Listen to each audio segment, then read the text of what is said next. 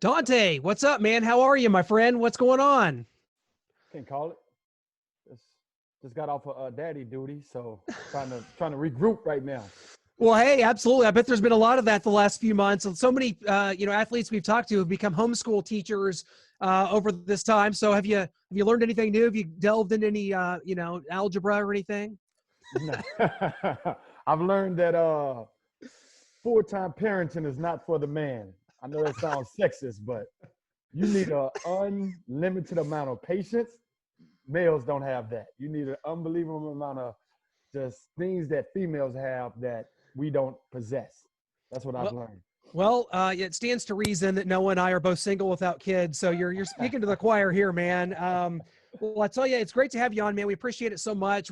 Things have been so crazy. What's the last few months been like for you? What's been up, and kind of how's everything been going in the family and everything? I mean, it's just pretty much that's it, man. Other than I would say 75% of my time has just been with the family. There's not much you can do. Even when we, try to go get a bite to eat, go get out of the house or do anything because there's no school, it's pretty much with the family. And the other 25%, I've been traveling a little bit and playing a lot of golf.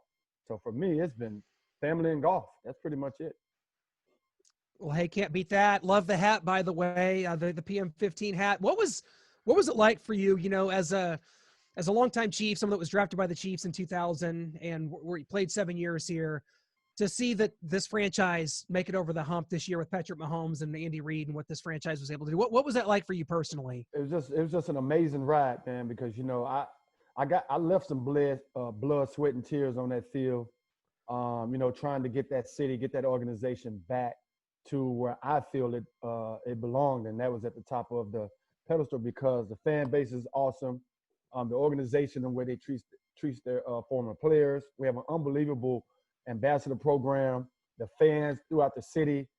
I can go on and on and on, but for me, I always felt like that city, that organization I felt like they deserved the championship just as much as anyone else. So to be able to go along with that amazing ride, to see the Lamar Hunt Trophy come back home, to see the big boy come home, the Lombardi Trophy. I mean, it was just I can't put it in words. I really can't because it's an undescribable feeling. And I wasn't even playing, so I can only imagine what a Patrick Mahomes, a Tyreek Hill, Kelsey. What does that feel like? I don't know if I want to feel that feeling. That might be too good. I won't be able to handle it. Well, we saw that feeling come to fruition at the parade afterwards. So there was a lot of good Exactly. feelings. Exactly. 2020 started off so well. It's amazing. I still wouldn't trade it. I would take that. You couldn't take that Lombardi Trophy away from me, Dante. No, there's nothing you could do No, to we got to take that have away. COVID to have the trophy. Then damn it, COVID. Exactly. Get comfortable, COVID, because Trust me, I've had way too many strange conversations like this over the last few months. But Dante, I want to take this kind of back to the beginning because Noah and I have done this SEC football documentary where we've been to all 14 SEC stadiums and the towns. I want to take it back to your time at A&M because you grew up. You're from Houston, and College Station's 90 minutes away. Was it a Yep. no-brainer for you to that you're going to play for RC Slocum? Actually, it was not. That is not the way it unfolded. What happened was my junior year, I had a kick. But can I? What's Yeah. the- Oh, I had to roll go it. for Roll it. Okay, I had a kick-ass season my junior year in high school. Bobby Bowden from Florida State was visiting. I had letters from Michigan, and being a running back during that time, and Warwick Done. Warwick Dunn was at Florida State. So, we kind of built the same. So that's what the allure was to Florida State. Michigan they had the same colors that we had at Nimitz, the blue and yellow, plus the big house, 100 and some thousand. They were always on TV. So those two schools were the schools that I really wanted to go to. They were recruiting me. I wanted to go there. But then I got hurt my senior year, and obviously the durability question started to unfold. So I ended up taking a trip to UNC, and coach, I should know this. What was the coach at USC in '99? John Robinson. Nope. Okay. Won the championship with UT. Oh, Mac Brown. Mac Oh, Brown. Yeah, North Carolina. Matt North Brown, Carolina. and And he's they there had- now. He's back Yeah. there now. Yeah. Yeah, and they had Leon Johnson. Remember that running back, Leon Yep. Johnson? Oh, So yeah. anyway, so I took a visit to North Carolina. That's where I really wanted to go because I really loved him. And I won't lie, I was influenced by Michael Jordan. That's my favorite athlete of all time. So I was influenced by that a little bit, but I had an unbelievable visit. I went to a couple other places. Long story short, after visiting these places with my mom, that's when A&M came on the radar. Because at that point, she was like, no, I'm not feeling you going so far away to play. I won't be able to, be able to afford or have the time to come see you play. And then my high school coach, who had played under R.C. Slocum, was like, look, I can probably, get you a scholarship or get you a look over at Texas A&M. That's how A&M came on the map. They were literally the last team on the radar. They were recruiting and everything, but I never saw myself being an Aggie, but it all worked out. Well, talk to us a little bit about that. College Station, almost 103,000 fans now inside Kyle Field. You've got the town, the fans, the Aggie Yell practice the night before the game. What makes A&M now a special destination in the SEC? You just said it. It's the SEC, number one. But even before it was the SEC, what the allure and what they sold me on was they were going into the Big 12 from the SWAC.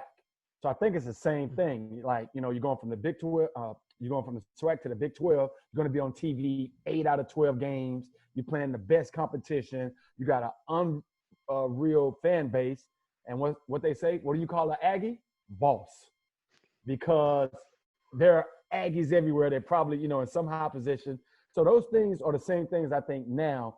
Those things hold true. You got the SEC. You playing in the best conference in all of college football. The fan base, now they sitting 100 and something thousand. You're on TV all the time. The facilities are better than the pro facilities. Like, I can go on and on and on. So I think the same things hold true when I was being recruited to now. Yeah, think about this. Kyle Field, I think back in 2014, did a $300 million renovation, a $250 million renovation they do on Kyle Field, and just the facilities and the arms race. So you're the house that Johnny Manziel built. That's a good way to put it there. No, that's what we call it, because when he was doing his thing and won a Heisman, you know about the guy that donated $100 million, right? Yeah. So, he caught that wave, he caught that feeling, was like, yeah, $100 million, here you go. So it's the house that Johnny built. So you like A&M being in the SEC, getting to play LSU, Alabama every year, being in the SEC West against that great college. You like them in that conference? Absolutely. I mean, you want to play the best. That's just the way I was built, the way I was wired, and I think every athlete should feel that way.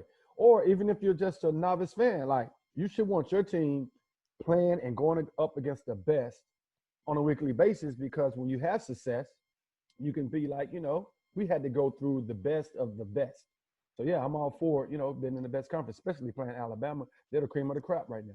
Well, how close are you with the program today, and how often do you get back, and just some of the other SEC sites and towns and stadiums that you've been able to experience? I still have connections there. I'm closer with the Chiefs organization. Like, I'm really involved with them and with their ambassador program. But I get back to A&M twice a year for a game. I usually go to the big game, go see Alabama if they're playing there, or whatever big home game it is. But for the most part, yeah, I'm 95% KC, get back to A&M every now and then.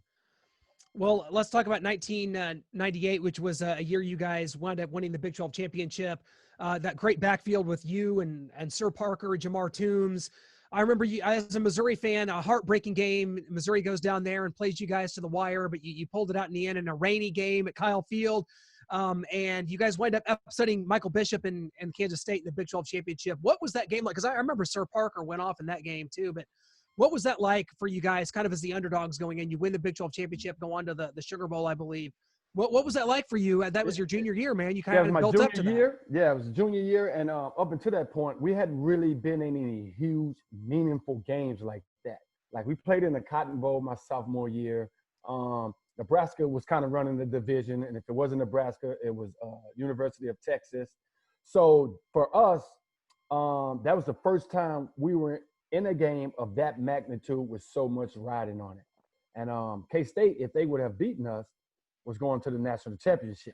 So we're looking at it like, this is our national championship game. Like, we beat them, we pretty much can say we were national champs because we beat a team that was right there. So unbelievable atmosphere, unbelievable game. The speed of that game was incredible. It took us a little while to get adjusted to the speed of the game and the tempo of the game. But once we got our footing and once we kind of got over the fact that, oh my God, it's K-State, it's Michael Bishop, it's Sumio, and all these big name guys, Warren, the big defensive end. Once we got over that and just played football, and then, we started kicking a little tail then. Well, Dante, after your great career there at Texas A&M, you're drafted in the 5th round in 2000 to the Kansas City Chiefs. Talk about your transition coming into the league from running back to receiver. And I know you sat down with Tyreek Hill a couple years ago. Talk about his transition that you've seen from him as well in that same role. We had similar transitions as far as coming in as return man, running backs, and then converting to, full-time receiver roles. And it was very difficult, but the coaches at the pro level are so good at what they do to be able to convert and help a guy transition from a position that's not natural lets you know how great the professional coaches are. But that transition to me, other than trying to go from running back to receiver, the competition, I feel like college was a lot harder as far as transitioning from high school to college as far as college to the pros, because high school, there may be 2 or 3 guys that are really, really good, 4 or 5 if you're in a conference like I was. You get to college, that's pretty much, everybody is pretty good, especially playing in the Big 12 or SEC. So the transition was not hard. The conversion from running back to receiver was even harder. And Tyreek, to speak on his transition, I mean, wow, he is a top 5 receiver at 5'9", 5'8", converted running back.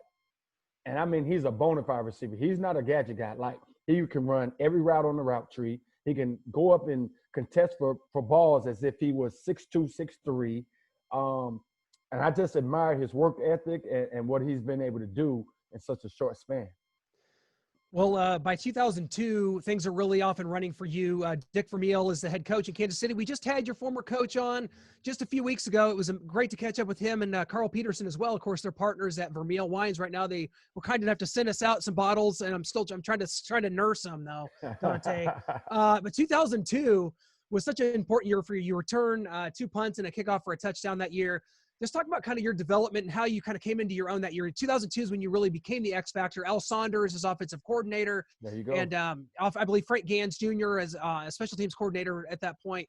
Just talk about 2002 and how important that was for you and kind of getting off the ground. So a lot of people never take this into consideration. So throughout my junior high school, and collegiate career, I always was on the offensive side of the ball 80, 90% of the snaps.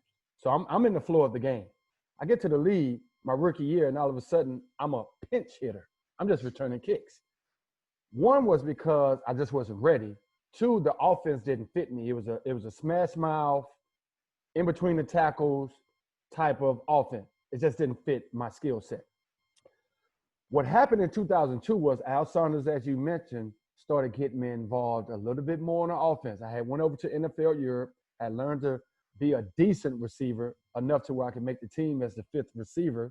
And once I started playing on offense, now when I go back to return kicks, I'm in a groove. I got a flow of the game, the speed, tempo of the game. I took a couple of hits. That's why my return game took off the way it did, because I started being implemented on the offense. So 2002 was important because of my role, my increased role on offense to help my return game. We'll talk a little bit about 2003. I mean, that's not just a special year for you, but for the whole team. And you set a record with 4 returns in 4 weeks, consecutive weeks. The Steelers, Texans. Should have been 5. It should, yes.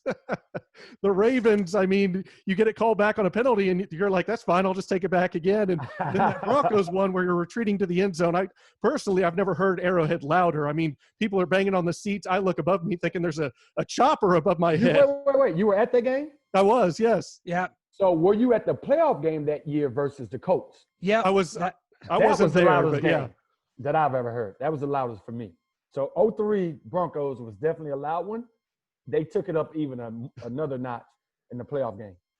That and until we kicked off on the next play instead of doing an onside kick, which we needed to do. And hindsight's 2020, right? Yeah. We asked Coach Vermeil about that, and he said, "Well, it never really dawned on me to do that." And I'm like, "Well, it dawned on everyone at Arrowhead Stadium that day that we needed to do that." I mean, and that, in seriousness, was it ever contentious between the offense and the defense. I mean, it is what it was. The defense wasn't up to snuff. Coach Vermeil said as much on our show. I mean, was it hard? It's funny you asked that question because it wasn't verbally said that year, but I think it came to a head the following year because we had an unreal fight amongst the receivers, DBs, offense, defense at practice that following year. I don't know if that's what drove Coach Vermeil into retirement, but it was pretty bad. I don't think it ever got out. I don't know if it was ever like, we didn't have social media at that time and we were able to control things a little bit more. But yeah, we were frustrated. Like you can only naturally be frustrated. You putting up 30 points a game. You scoring on special teams. Special teams is doing their thing, but the defense is giving up 35 a game and can't stop anybody and giving up 3rd and 15s and 3rd and 12s. And I don't know. Yeah. Personally, and I think I can speak for most guys, yeah, it was a little frustrating, not having them just be middle of the pack on defense. Don't be dead last, be in the middle.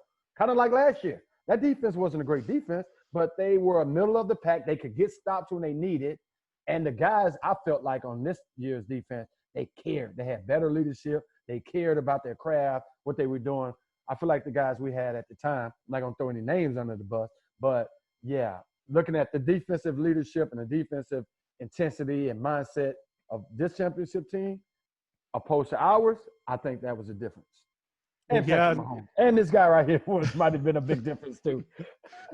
Absolutely. And in 2003, I mean, you guys, I don't know if you felt like you needed to play a perfect game on offense heading into that game, knowing what your defense was doing and going up against Peyton Manning, Marvin Harrison, Reggie Wayne, Dallas Clark, Edgerrin James. The list goes on and on.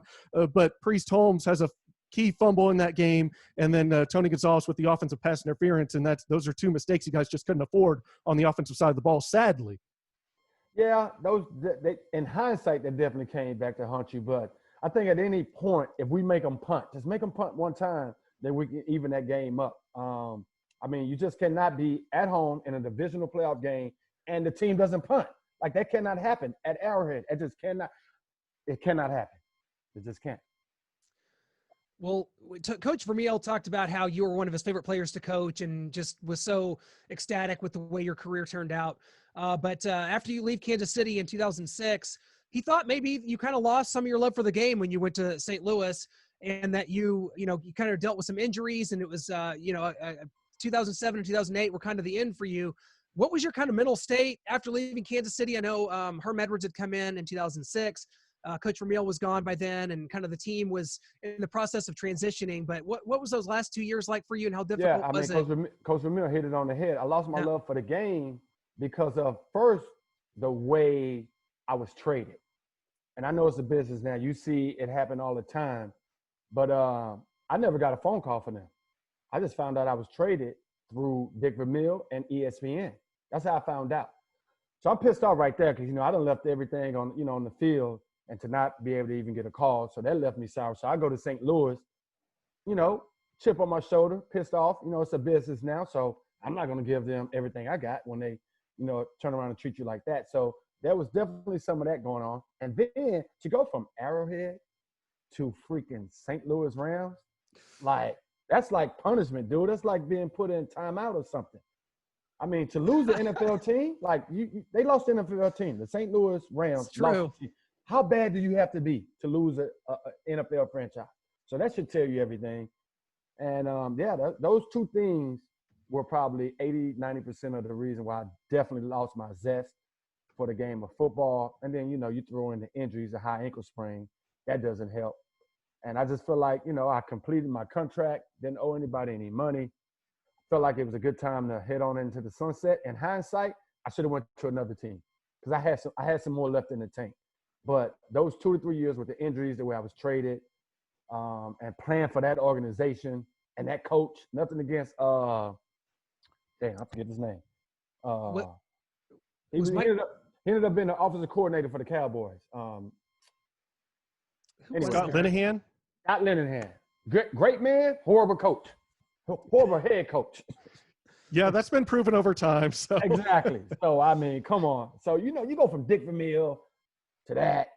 Just all of those things definitely lost the zest. But in hindsight, I would have went and played for another team and ended it a little better than I ended it. Yeah, absolutely. We wish that for you as well. And I mean, you're loved here in Kansas City. And just to kind of go back on Mahomes, have you ever personally seen anything quite like him? And just how fun would it be? And I don't know if you got some left in the tank now to be in this offense with Tyreek Hill and the boys.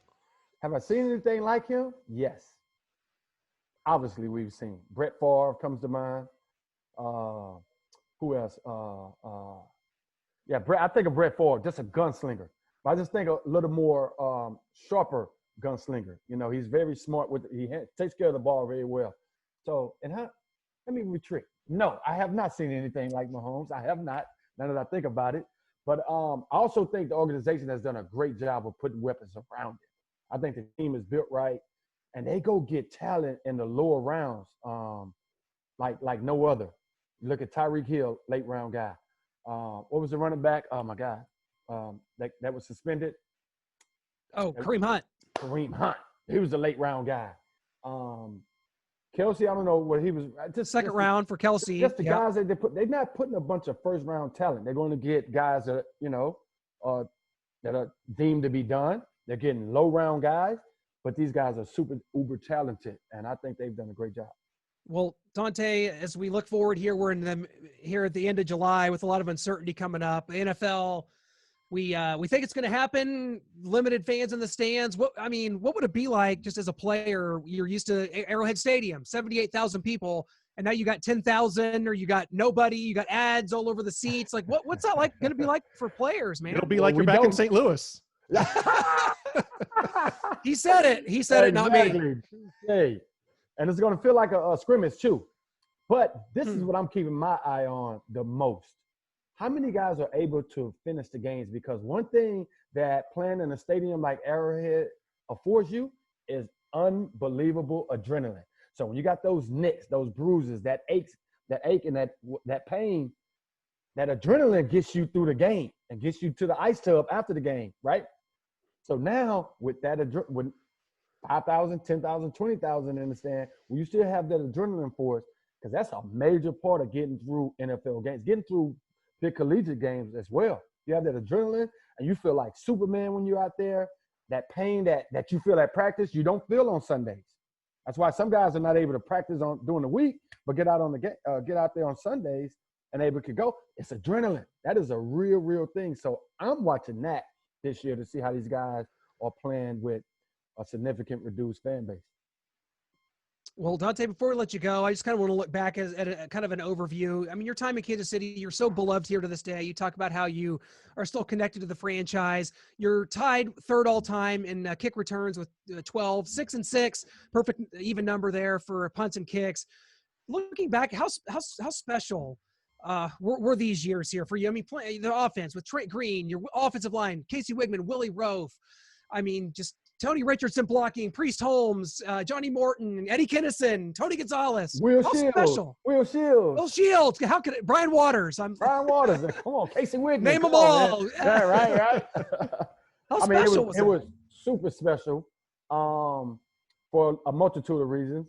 I set out as a kid with a dream to make it to the NFL. I didn't dream big enough to be like, I'm going to have 2 NFL nicknames. I'm going to have a long, almost a decade career. I'll be beloved by a city forever. Like, none of that ever crossed my mind. I just wanted to make it. So everything else has been icing. But more importantly than anything is the relationships, man. I know it sounds cliche AF, but it's the truth. It's just the truth. I still talk to Vermeil this day. You talk about wine? He just sent me a case of wine a few days ago. I still talk to Willie Rowe. We hang out, Trent Green, all these guys. So the football career was short-lived, but the relationship, that's forever, man. And we sit around, we have drinks, smoke, and talk about the good times, and we laugh. And that's what life is really about. I wish we could talk about the championship we won in 2003, but hey, I'll settle for, some other conversations and laughs. Absolutely, the relationships, and we love you here in Kansas City. And what kick return sticks out the most to you? I got to ask that, whether it's Baltimore, whether you have to do it a second time, or Denver retreating to the goal line and wrapping around and scoring then, and the crowd bursting. Just which one stands out? Return or touchdowns? Which one you want to talk about? Touchdown. Which one? Returning it for a touchdown. A return for a touchdown? Man, two stand out to me. There was one that didn't even. Oh, you said for a touchdown. Well, there's one that didn't go for a touchdown. That was against the Raiders on Christmas Day. I remember that one. That That was got us one of in my field goal favorites. range That to was win in the field goal game. range when we should have lost. Yeah, yeah. But if I had to just pick one, it would be that Baltimore return, only because of the atmosphere of that game, who it was against, Ray Lewis and all those guys over there, Ed Reed is over there. It was smash mouth, felt like a gladiator arena. That probably would be my first. Obviously, the Denver return is up there. It's up there, but I don't know. It's hard to pick one. It's like your babies, man, your kids. Well, you guys don't have kids, so you wouldn't know. I got a dog. It's the same thing. The funny part about that Ravens game is that was, believe it or not, folks, that was a defensive battle. Like you said, it was 10-10 when you returned that game. That was the game-winning touchdown. And if you was at the 17-10. game, that atmosphere, like it was intense. Smash mouth, like it's Monday night, like it was intense. So to be able to break that one to help the team win, oh my God, like that's definitely at the top. And obviously the Denver return is up there too. Dante, there's so many memories and so many wonderful moments from your career. I'm so thankful we were able to work this out, man. This means the world to us that to have you on this morning. Hope everything's going well. Stay safe and stay healthy, man. Let's get a football season going. Let's get somewhat back to normalcy, man. Man, for real. We're gonna have a football season. I'm confident. And yeah, great being on with you guys. And anytime you need me, reach out. Thanks, Will. Dante. Thank you. It was an absolute honor. Take care. Right. Peace and love. Go Chiefs. Chiefs.